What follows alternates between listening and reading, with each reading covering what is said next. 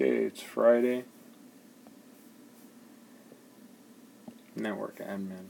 Talk a little bit more about learning, teacher's perspective.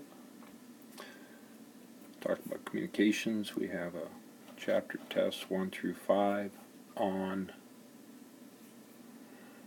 Friday next week. Again, we reiterated how important it is to understand you need to think about things differently. You have to be open. You have to be open to change. Grit, persistence, and growth mindset. You have to be able to be persistent.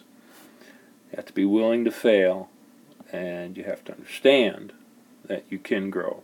You can learn. Everybody can learn something.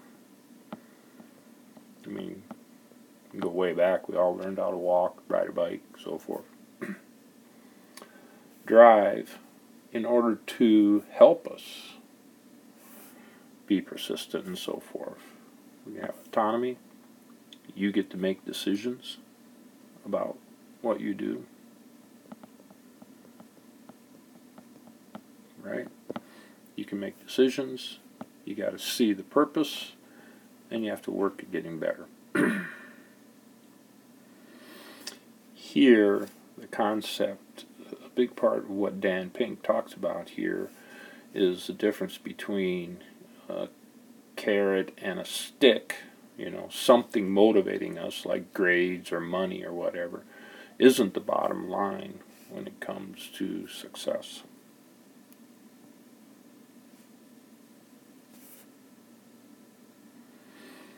Then I give a teacher's perspective. We talk about good use of time, you can't multitask, that constant influence of positive thinking. Well, maybe I didn't get it now, but I can keep working at it. And the whole prospect that I talked about quite a bit. Knowledge, grades, task. Nothing wrong with striving for good grades. There's nothing wrong with getting tasks done. But what you can't do is let those interrupt your ability to learn. People get so worried about getting the work done as they don't learn anything. Or people are so worried about the grades. Well, the worst scenario is they turn to cheating, or they look for an easy way out. Or they're not willing to do the amount of failure that's required to learn. Okay, then we talked here about everything from, you have a PC that has a MAC address and an IP address for routing. It has a source address that the switch remembers. And the switch traffic here goes to this routing device, which looks at IP addresses. In our scenario, then it connects to a firewall. A firewall doesn't allow traffic in unless we specifically say certain traffic come in, like, for example, accessing our DMZ, our web server. Through a demilitarized zone. Sounds funny, but that's actually the term that's used. We can block what goes where. So we block everything coming in from the outside unless we make a special path for it to get to a certain location, like a web server. And then access to the web server, we block that. So you can't come from here and go this way. That's blocked too. Now you wonder, how do you get out to the internet? Well, when a PC's traffic gets to the firewall, out to the internet, the firewall remembers where and where that traffic is, and it keeps track, so when that traffic comes back, it lets it in. So right, it's not perfectly secured, but then how can it be? You know, if you want perfect security and the internet, well, just don't use the internet. You know, if you're worried about security at your bank, put all your money in a hole in the ground and see how that works. I'm being a little sarcastic.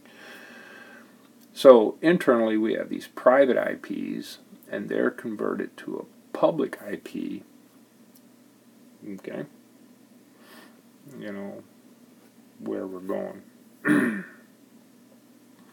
So private IPs, public IPs, they're converted using network address translation. Converts the inside address to an outside address. And we could look at our private IP, right? And then we can go and, you know, use a browser to see what is my public IP. I also should mention accessing by a switch or an access point. This would be wireless communications here.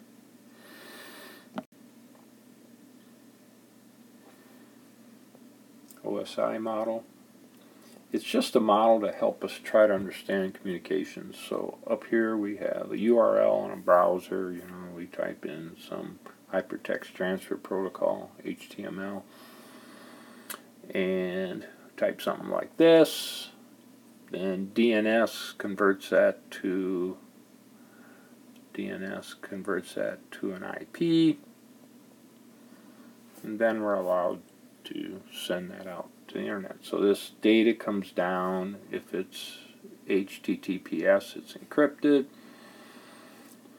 We cut it into segments with port numbers, add IP addressing, add a MAC address, put it on the medium. That's called encapsulation.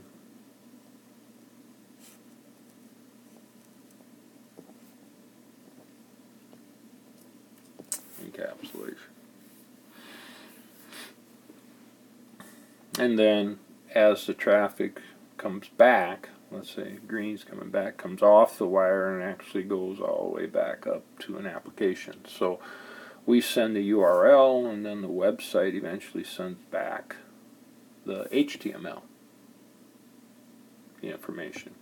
And when it comes to MAC address, gets it to our computer, checks the IP, that matches the IP, takes the segments, puts them all together, believe it or not. Transport layer puts all the different segments back together, and then they end up at the browser.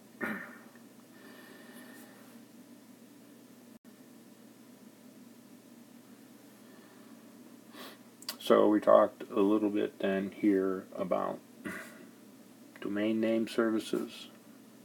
A port's computer, when we transport layer puts a port number that keeps track of traffic. So there's different port numbers for DNS, there's different ports for HTTP, HTTP secured 443, SSH, logging into a server somewhere is port 22, etc., etc.